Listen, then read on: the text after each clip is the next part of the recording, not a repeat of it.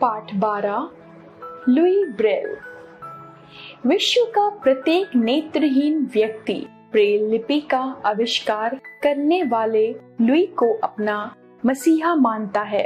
अगर आज लुई न होते तो नेत्रहीन व्यक्तियों का जीवन अभिशाप बन गया होता। इन्होंने नेत्रहीनों के लिए लिखने तथा पढ़ने की प्रणाली विकसित की।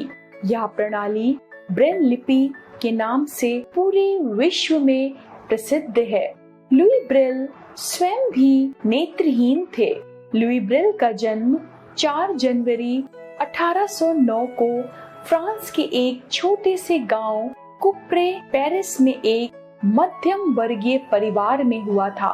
ब्रेल के पिता सिमेन ब्रेल एक छोटी सी कार्यशाला चलाते थे।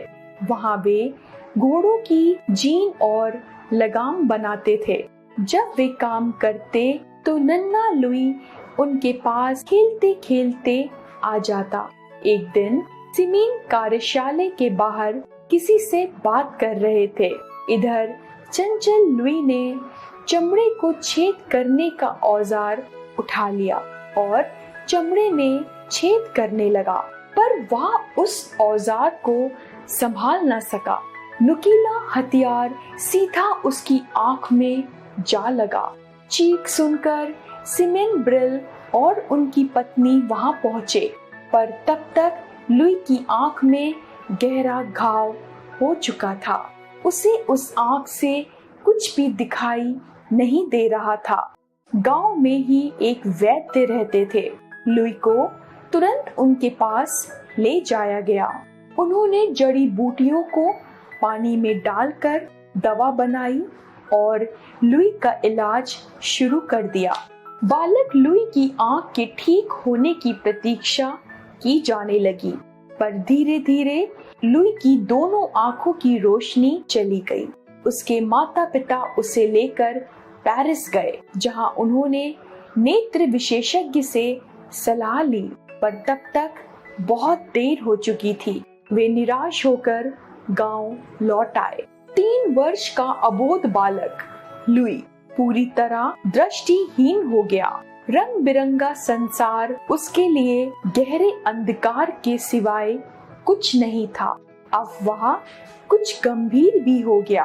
उसकी चंचलता समाप्त हो गई। उसके माता पिता बहुत दुखी हुए।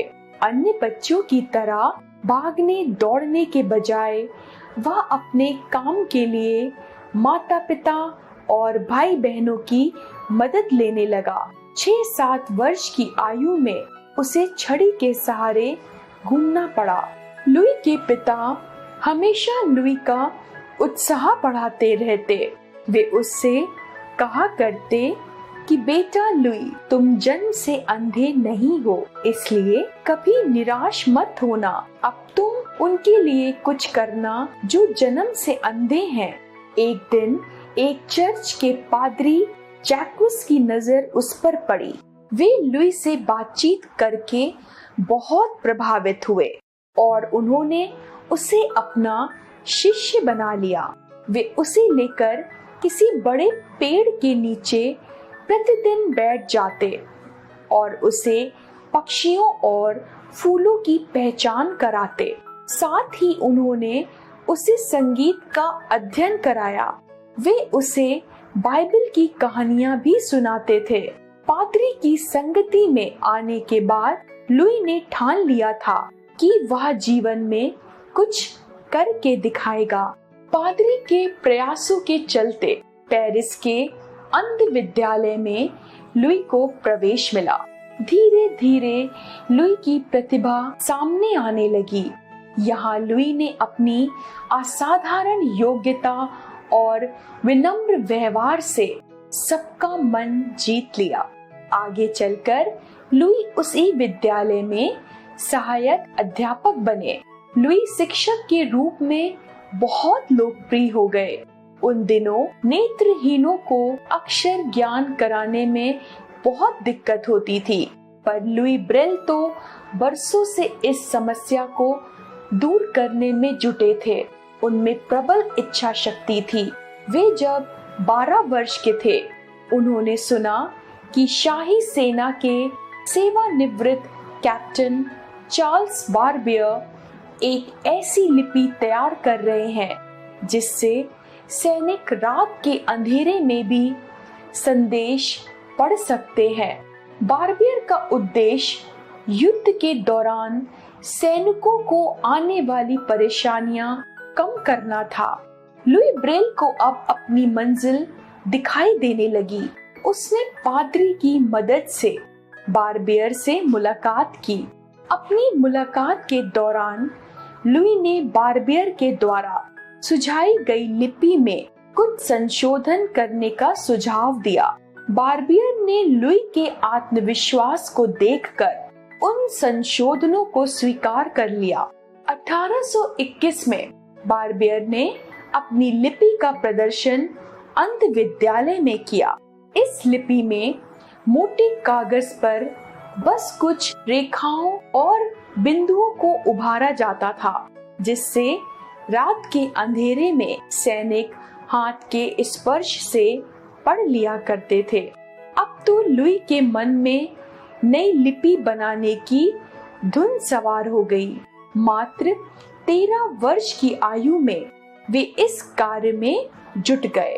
रात को जब सारी दुनिया सो रही होती थी, तब वे मोटे कागज पर बिंदु बना बनाकर अक्षर रचना करने का प्रयास करते रहते थे।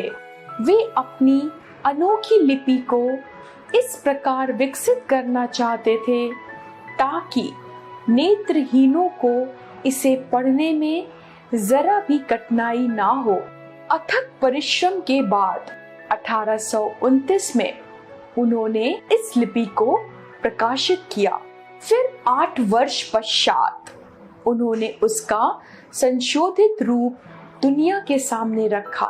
नेत्रहीनों के लिए लिपि के आविष्कार को लुई ब्रेल ने अपने जीवन का मिशन ही बना लिया था। उन्होंने कभी हार नहीं मानी। निरंतर परिश्रम के कारण उनका स्वास्थ्य बहुत खराब हो गया। 6 जनवरी 1852 को मात्र 43 वर्ष की अवस्था में लुई का निधन हो गया। इस महान कार्य के लिए लुई ब्रेल को हमेशा आदर के साथ याद किया जाएगा। उनके द्वारा किए गए कार्य किसी एक राष्ट्र के लिए ना होकर संपूर्ण विश्व के दृष्टिहीन लोगों के लिए वरदान से कम नहीं है।